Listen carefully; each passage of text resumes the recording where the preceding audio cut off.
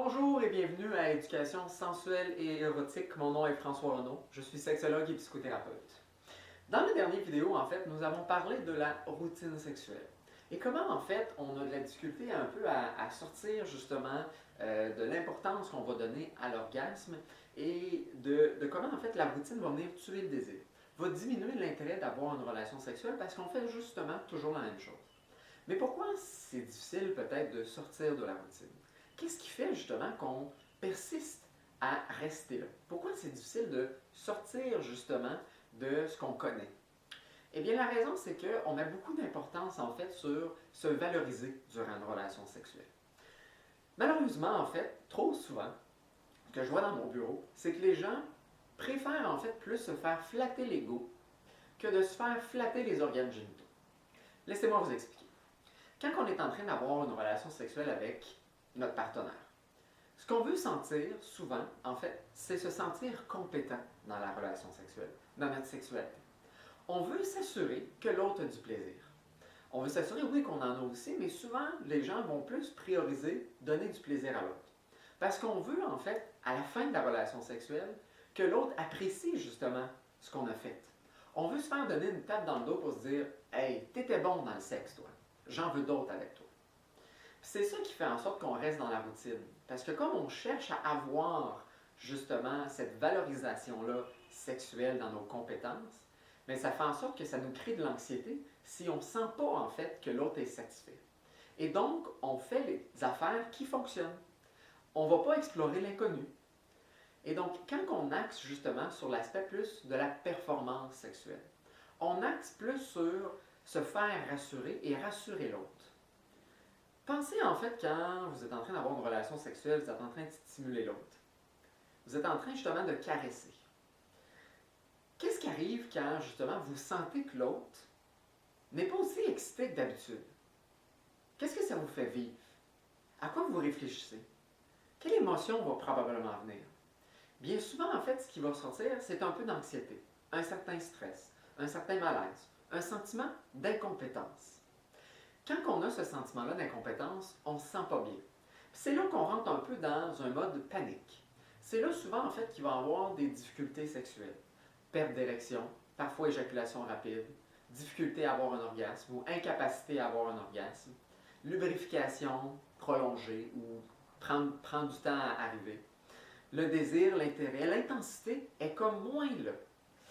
Puis là, on commence à ne pas se sentir bien, puis c'est là qu'on a tendance un peu à chercher un peu même frénétiquement le point, la zone érogène qui va amener l'autre à s'exciter. Puis l'autre, souvent, qu'est-ce qui va arriver? C'est qu'il va sentir ça. Il va sentir que ça prend du temps. Il va sentir que peut-être c'est un peu trop long pour l'autre. Puis là, il se sent coupable. Il se sent pas bien. Peut-être qu'il est en train de recevoir du sexe oral, cette personne-là, puis là, ça prend du temps, puis cette personne-là, elle se sent un peu inutile, puis elle ne sait pas quoi faire, puis elle veut comme stimuler l'autre.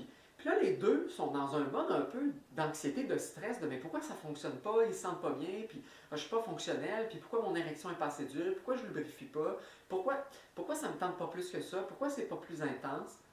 Puis là, tu as juste deux personnes qui sont vraiment dans une anxiété de performance sexuelle. Ils veulent tellement, en fait, prouver à l'autre qu'ils sont capables, qu'ils sont bons, bonnes, sexy, désirables, qu'en fait, ils sont complètement déconnectés de l'un de l'autre. Oui, ils sont connectés dans le sens qu'ils sentent l'énervement, le stress de l'autre et leur propre stress. Mais ni un ni l'autre prend plaisir.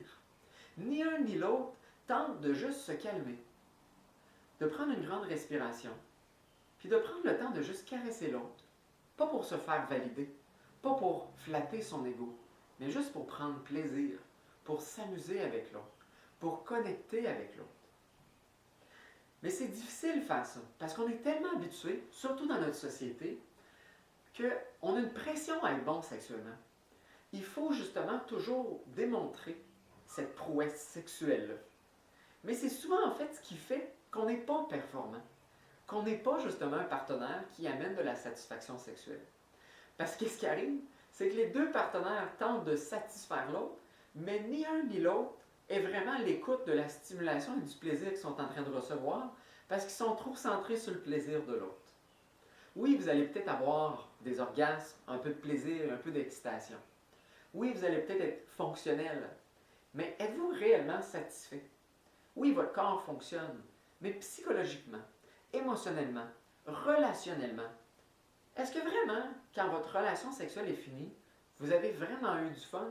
Ou au contraire, vous êtes juste plus rassuré en fait que vous avez été bon, que l'autre aussi était bon?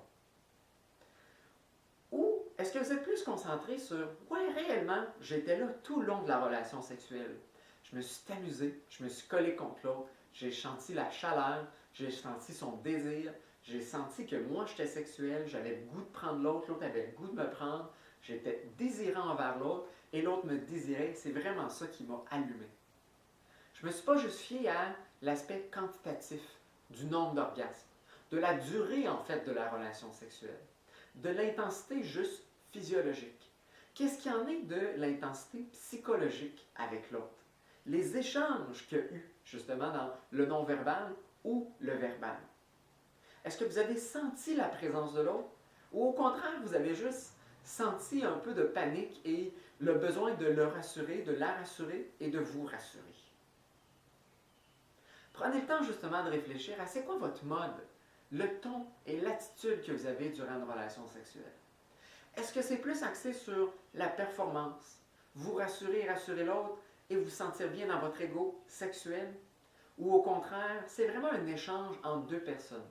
C'est vraiment une relation sexuelle et pas juste deux personnes qui veulent se dire « toi, t'as fait une bonne job ».